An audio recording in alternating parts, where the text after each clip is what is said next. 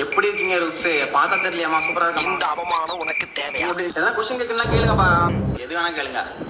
நான் ரெடி, நீங்க ரெடியா?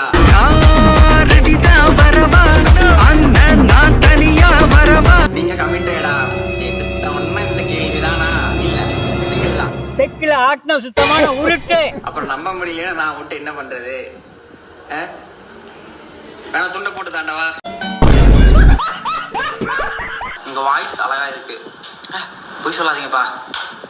இது நல்லா இருக்கு, பார்க்க பாருங்க. ஒருத்தவங்க நமக்கு ஒரு கவிதை சொல்லியிருக்காங்க. உன்னை பார்க்கும் போதெல்லாம் என்னில் கவிதை பிறக்கின்றது, உன் நினைவுகளை சுமக்கும் போதெல்லாம் என் கற்பனை சுவைக்கின்றது. என்ன செய்தாயோ? நான் ஒன்றும் பண்ணலாப்பா, நான் பாட்டுக்கு என் வேலையை தான் பார்த்தேன். இந்த அவமானம் உனக்கு தேவையா?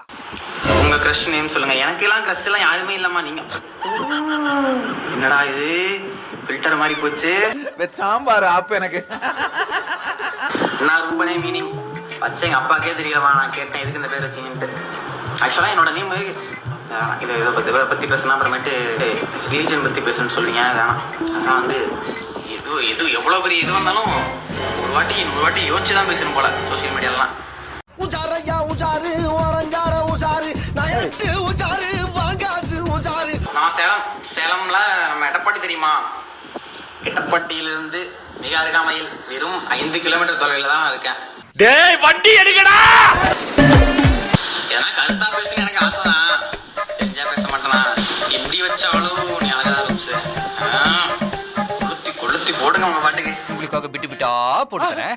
ரூப்ஸ், நான் கொஸ்டின் கேட்கிறேன், எனக்கு எப்போ ஓகே சொல்லுவீங்க? ஓகே சொல்லிட்டேமா. ரூபன் ராஜன் ரூபனே, நான் அப்பா பையன் அம்மா பையன் கேட்குறீங்களா?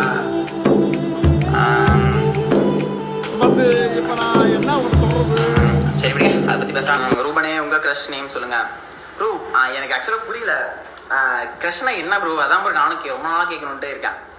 ஃப்ரெண்டுக்கு மேல லவ்வருக்கு கீழே. அந்த படத்தில் சொல்கிற டைலாக் விட்டுருங்க, டான் மூவியில் வருது. அதுக்கு ரியல் மீனிங் என்ன எனக்கு சத்தியமாக தெரியாது. ரீசனே இல்லாமல் அன்கண்டிஷனலாக ஒரு பர்சனை பிடிச்சிருக்குன்னா அதான் க்ரஷ். எதையும் எதிர்பார்க்காம சூப்பர் நைஸ் எக்ஸ்பிளனேஷன்.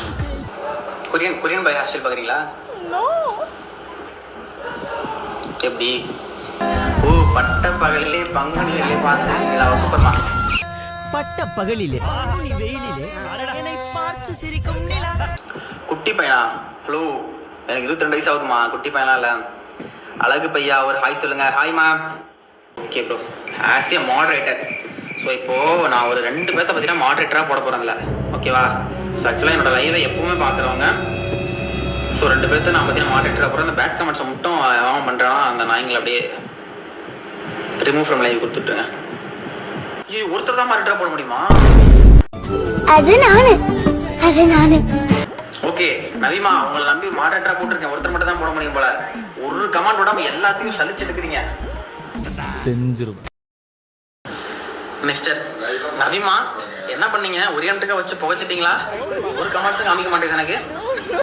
என்ன ஆச்சுன்னு தெரியல. சரி விடுங்க, பரவாயில்ல, ஒன்றும் பிரச்சனை இல்லை. இன்றையோட லைவ் வந்து இனிமையாக முடிந்தது.